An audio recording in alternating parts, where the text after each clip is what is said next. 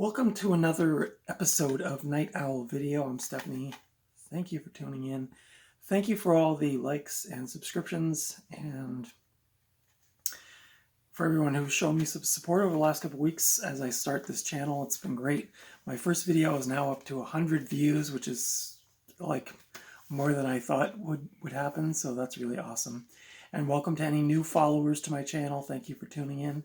Today on the program, I'm doing a very short, quick review of the film Studio 666. This is the Foo Fighters horror movie, as I guess you could sum it up as.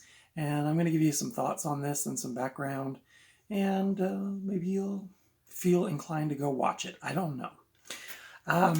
So this is a comedy horror that came out this year. I think it came out back in the winter, and I live in such a small place that we don't get really cool movies at the movie theater, so I had to wait for this to come out on physical media.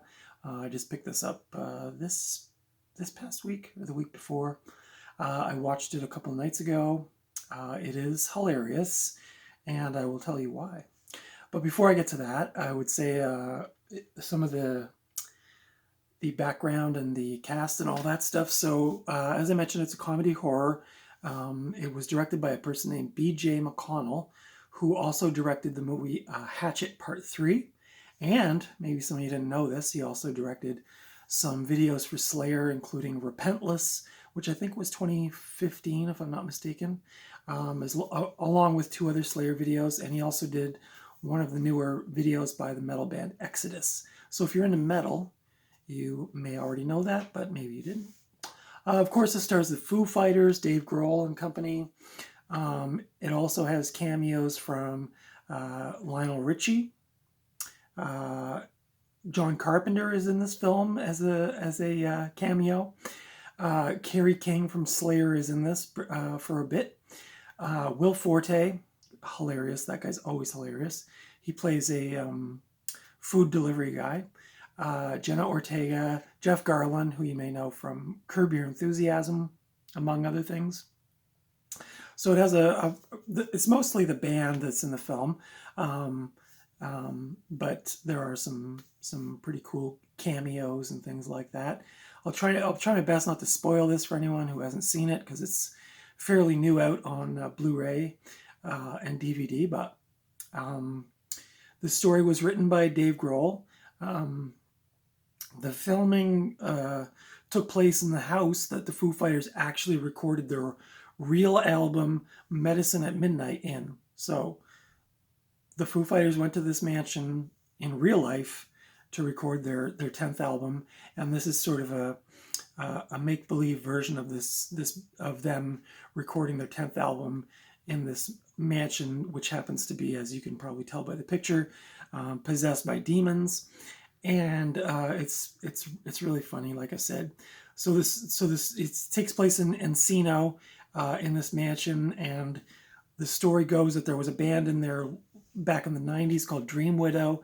They had been recording an album in there, and there was some bad stuff went down. And I won't spoil it for you if you haven't seen it, but some bad stuff goes down, and then unbeknownst to the Foo Fighters, they go in and to record their album, and then they hear the Dream Widow track, and they also become possessed by these demons and things like that. And so it's pretty funny that way. My thoughts on it are that it was very funny. It was in parts it was very gory, not over the top, but like there was some pretty cool scenes of people getting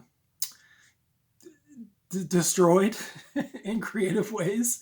So if you're into that kind of thing, if you like gore, if you like the Foo Fighters, even if you don't like the Foo Fighters, I think you would still find it quite funny. Dave Grohl is actually a really good actor. He's really funny. His facial expressions, like he can emote feelings like just with expression, really. And I think probably most people who know the Foo Fighters know that he already does that in the Foo Fighter videos, the rock videos. So he's hilarious. Pat Smear, another guy in the band, who used to be in the Germs. I think it's the Germs, right? Yeah, I'm getting old and my punk rock history is starting to get gray. But Pat Smear's not a good actor, but like he's hilariously bad. Let's just put it that way.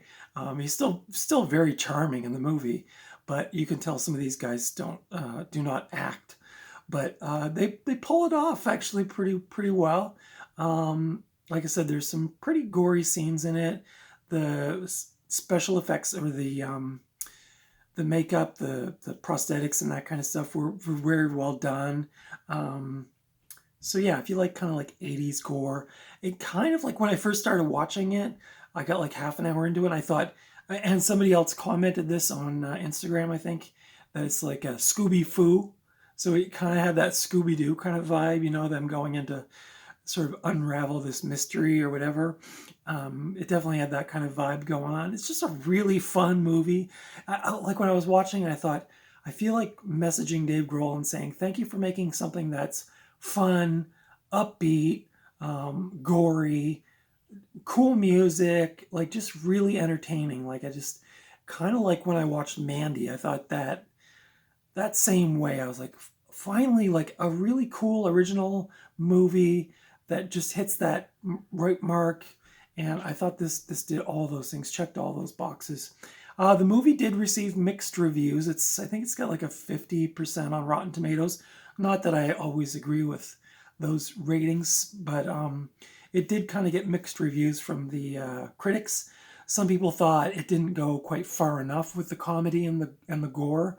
Um, I kind of can see where they're coming from. Like, it maybe could have done with a bit more of each, but still really fun. My only nitpick as far as the actual movie is that maybe it was about 20 minutes too long. But that's a real minor nitpick. I really didn't have any problems with this as far as like the aesthetic presentation of the film. And like I said, the acting, we know the acting is going to be rock stars trying to be actors. So you're not going in thinking this is going to be Oscar-winning acting performances, but it's charming in its naivete and its playfulness. So if you like that kind of thing, I would highly recommend this. It is available, as you can see here, on Blu-ray. It's available on DVD as well, and you can rent it on YouTube, Amazon Prime. And my only other nitpick, and this is going to be a short review, but my only other nitpick is the packaging here in Canada. Not so good. As you can probably see, the packaging it's a Blu-ray, but it's the same size as a DVD for some reason. So it doesn't fit in with my Blu-ray collection.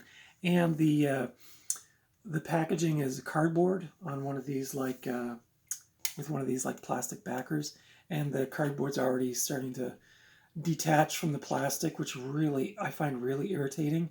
So that's my only other nitpick as far as this. I don't know if this is the same packaging used in the U.S. and other countries, but not a fan. Not a fan. I also think there could have been a few more extra features on it. I'll show you the back if you want to freeze it and zoom in. But the only feature on it is a blooper reel, which is really funny, but that's the only feature. I would have liked to hear a commentary with B.J. McDonnell and Dave Grohl maybe.